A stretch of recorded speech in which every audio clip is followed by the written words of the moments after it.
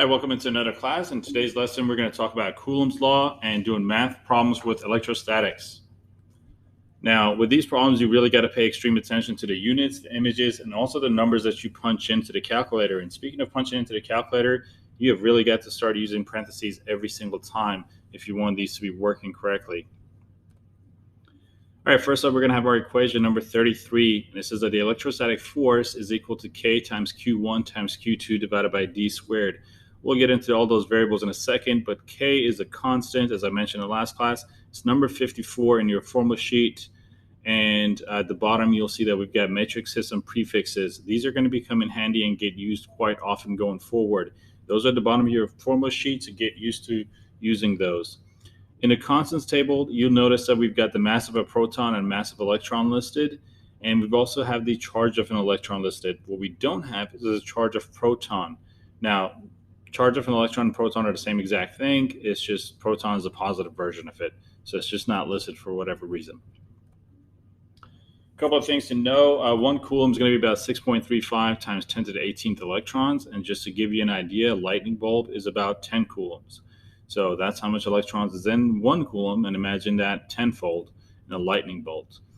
Now, the charge of one electron or a proton, like I said, the value of it is 1.6 times 10 to the negative 19 coulombs.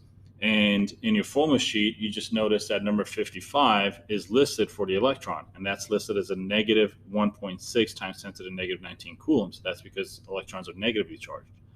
The proton isn't listed, and the proton is just simply that same exact number, just a positive version of it.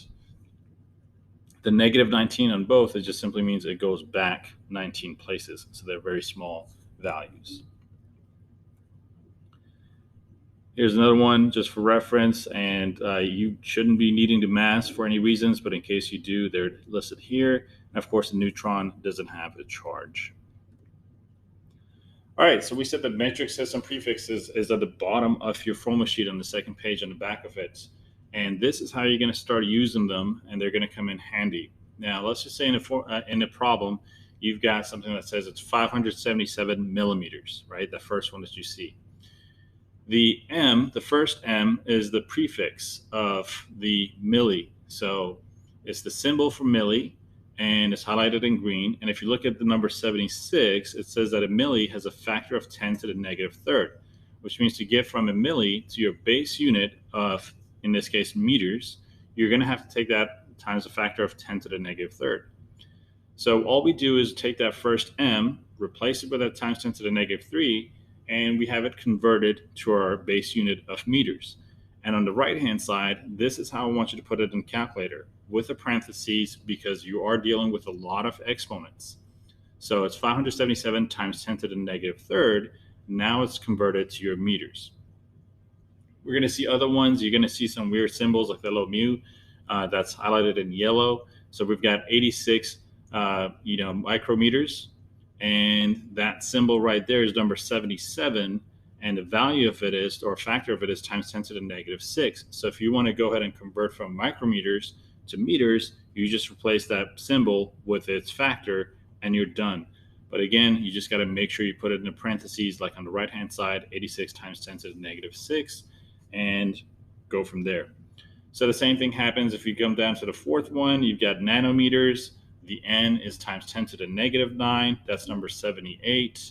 And that gets converted to meters in that case. And same thing if you wanted to go to, let's say, to kilometers, from kilometers to meters. So you can go ahead and just use that factor as well.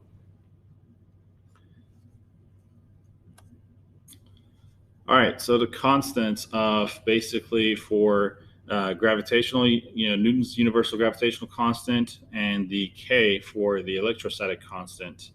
Now, remember that gravity is always attractive, and electrostatic could be attractive or repulsive.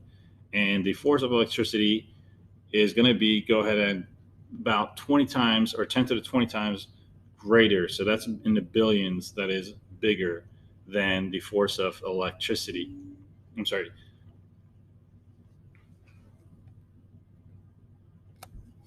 All right, moving on to the constants. So we've talked about constants before. You used these in the problems with G and now you're going to be using K. So G was for the universal gravitational constant. Remember that gravity is always attractive, whereas the electrostatic force is going to be either attractive or repulsive, depending on your charges. Now, the electrostatic force friction, Fe, is 10 to the 20 times stronger than the Fg. So that's why you may notice certain objects be able to stick to the wall and not be pulled down, because Fe is so much greater than Fg.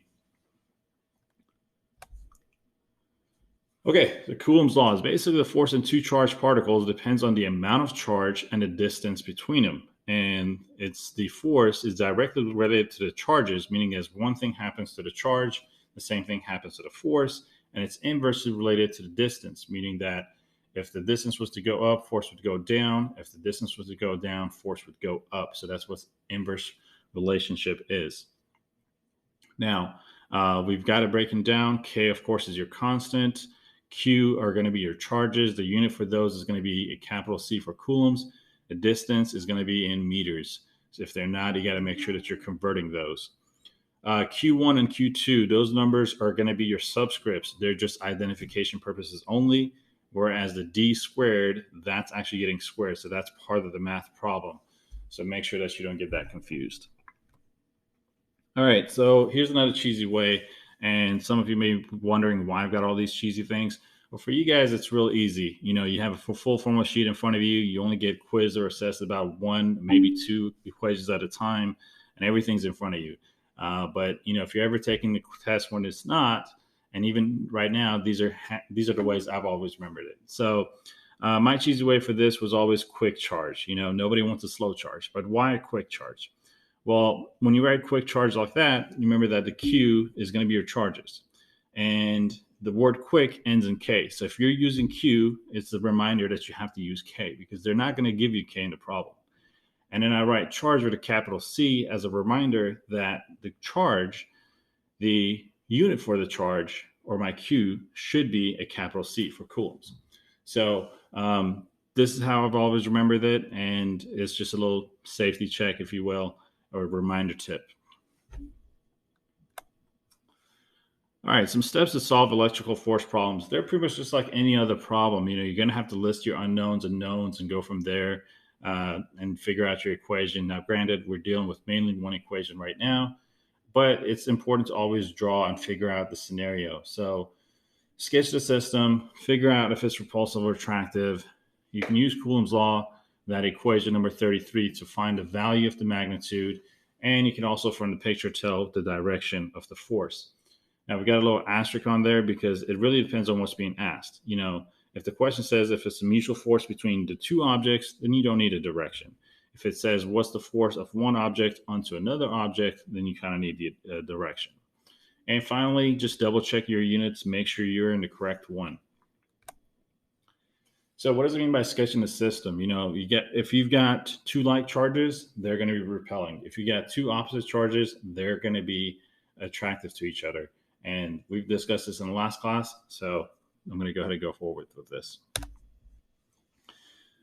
Logic questions are going to be fair game, and logic questions are the ones that they don't give you any values, and they say, what happens to the force if the distance is tripled and one charge is doubled?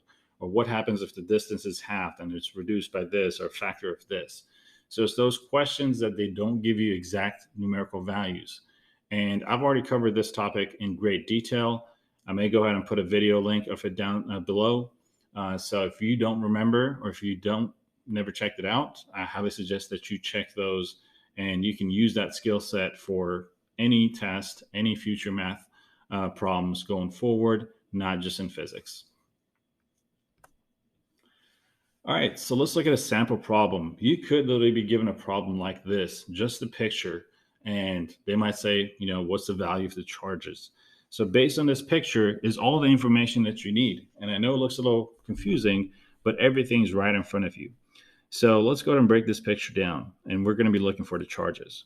So we're solving for obviously Q1 and Q2, so we're solving for both of them. The distance is 1 centimeter, but you need to convert it to meters. And the force is 90 newtons. But from the picture, we can tell that they are repulsive. And since they're repulsive, that means that they're the same exact type of charge. They're either positive or they're either negative. We don't know, but it doesn't matter at this point. And you're like, well, is that it? That's all I got to work with? No, that's where that quick charge comes in, because you got to remember that if you're using Q, you're also going to have to use K, and that K's are constant. So you're going to have to look back in your formula sheet and get that K. Now, the force, like I said, 90 newtons is repulsive, which means that they are pushing away from each other. All right, so that's how you could set that problem up if you needed to. Let's go ahead and see a word problem. A word problem would say the force between two identical charges are separated by 1 centimeter is equal to 90 newtons. What's the magnitude of the two charges? So again, this is now a word problem, and every piece of information that we need is listed in front of us. We just have to break it down. So let's go ahead and take care of that. And if you notice, it's the same exact problem that we just saw. The picture is the same exact thing, but I'm just showing you the difference between how you can see a word problem and how you can see a picture, and they could be the same type of problem.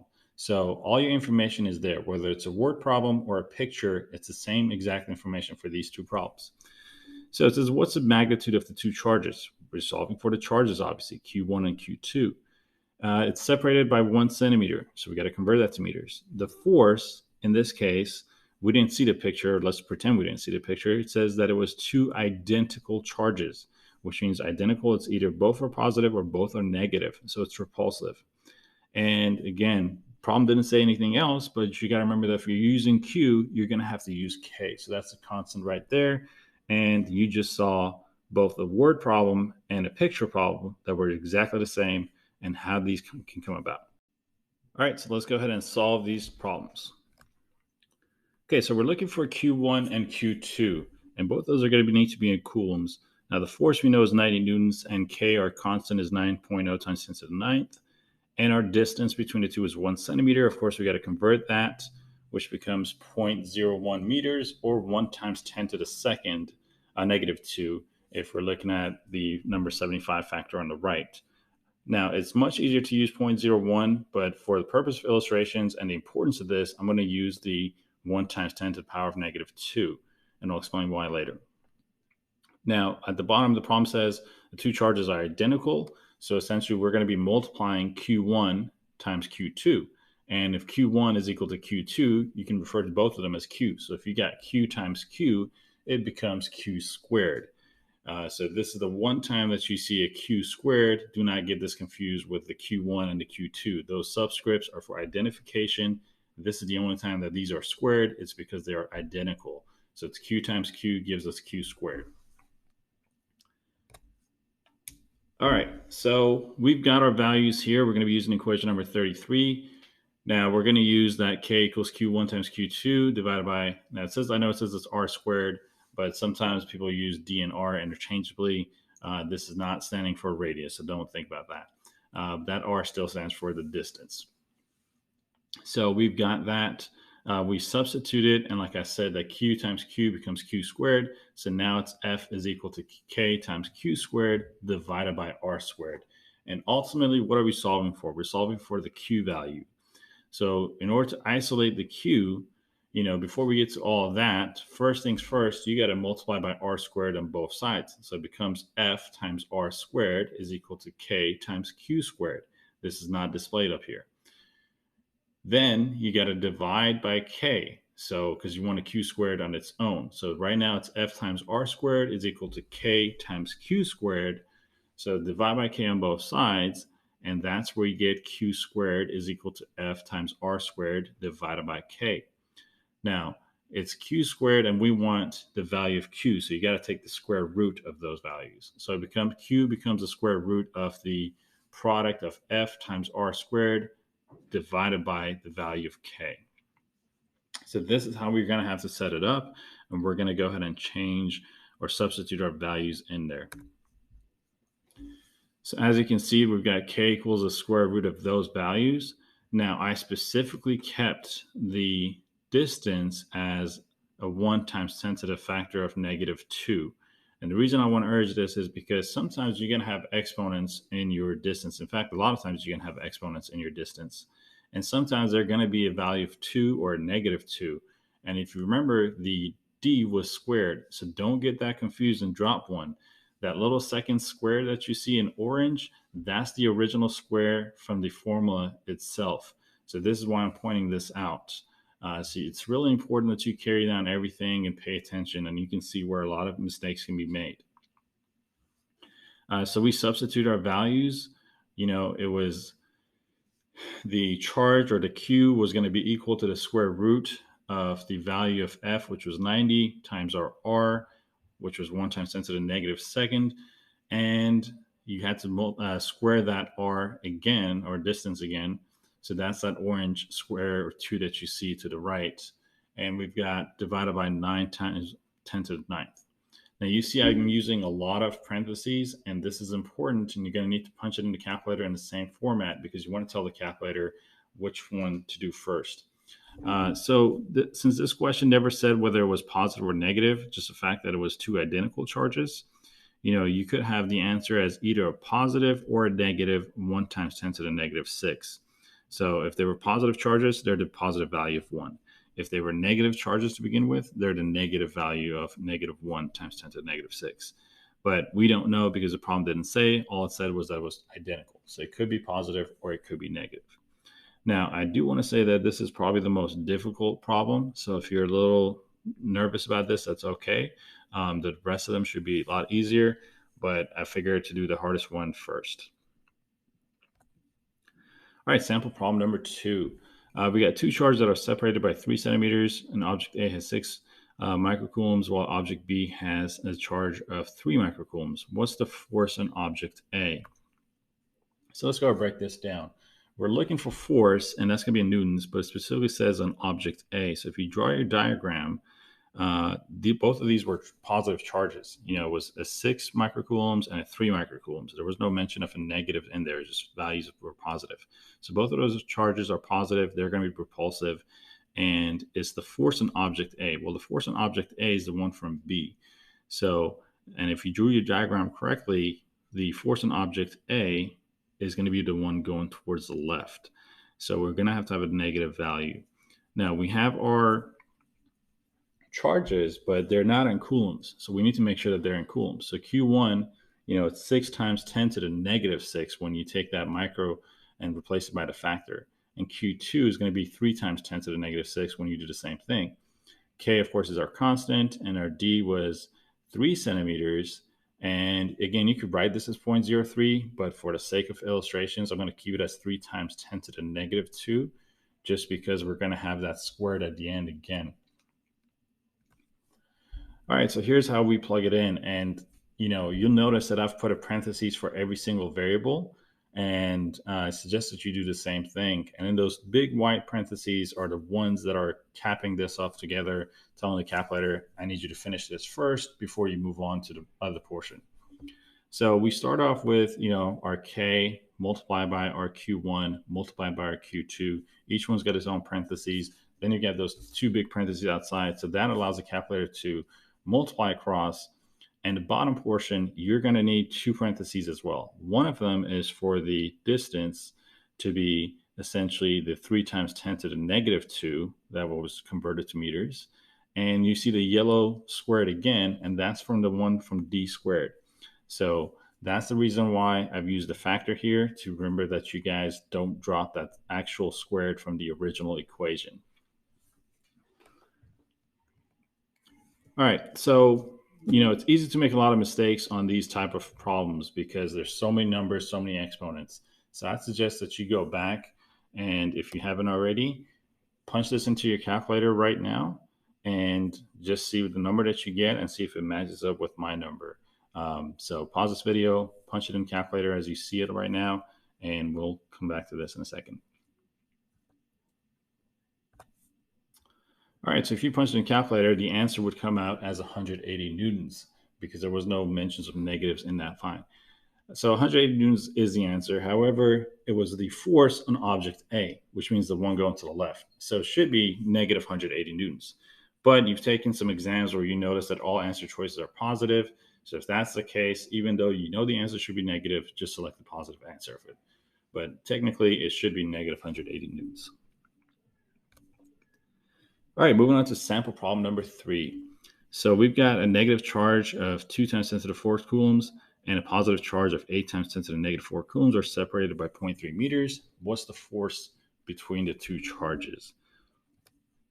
Okay, so previous one said what's the force on object A specifically. This one says what's the force between the two objects. So now we don't need a direction on that force. We just need to find value. One of these charges was negative, one of these charges was positive, so they're actually attractive.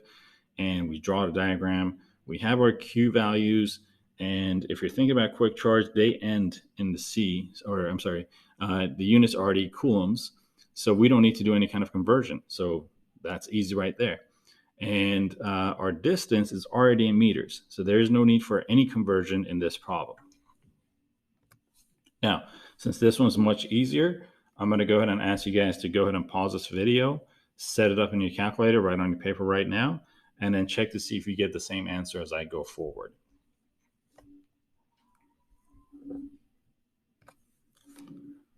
Okay, so this is how you should have set it up on your paper and in your calculator. Make sure that you've got the correct values in there. Make sure that you're paying attention to the negatives, both before number and also before the exponent values. And remember that it's 0.3 squared. So the correct answer is negative 16,000 newtons. That's what you're getting in your calculator. But since this wasn't asking for a specific force on one object, it's the force between the two of them, the numerical value. So it should be 16,000 newtons as your answer. All right, let's go move on to the next problem. Now here, go ahead and pause this video and do this. You've got every material that you need. So this is good practice for doing these problems going forward. In case you need some hints, remember that protons are both positive, which means that they're repulsive. So your image should look like that. And even though the charge of proton is not listed, it's the positive version of the electron charge. So you have that as well in your formula sheet. So go ahead and pause this, and hopefully you can go ahead and solve this problem now. All right, if you were to set it up correctly, then you are solving for the force. We've got our K value in red, 9 times 10 to the 9th. And the proton charges are going to be 1.6 times 10 to the negative 19 on both of those. So we have that listed twice in the same color. And our distance was 1 times 10 to the negative 11 meters already. So there was no need to convert. And you just take that and square the distance. So once you punch everything in, the correct answer will be a very small number. So I converted to scientific notation as 2.3 times 10 to the negative 6 newtons. Moving on to problem number 5. So again, pause this video and go ahead and try this out so you can go ahead and see where you stand with these problems.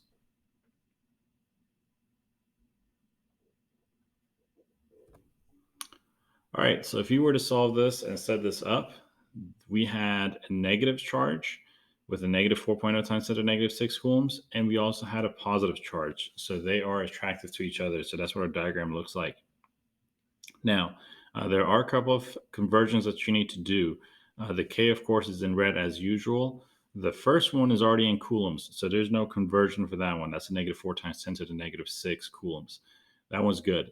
The second charge, the positive one, was in microcoulombs with that symbol right there. So you do have to change that and convert it. So it becomes 6 times 10 to the negative 6 coulombs for the second charge. And our distance was separated by 30 millimeters. So we're going to keep the 30. We're just going to drop that first m and replace it by its factor of times 10 to the negative 3. So it's 30 times 10 to the negative 3 for distance in meters, and that's got to be squared. So once you punch everything correctly, you should come out with a negative 240 newtons in your calculator.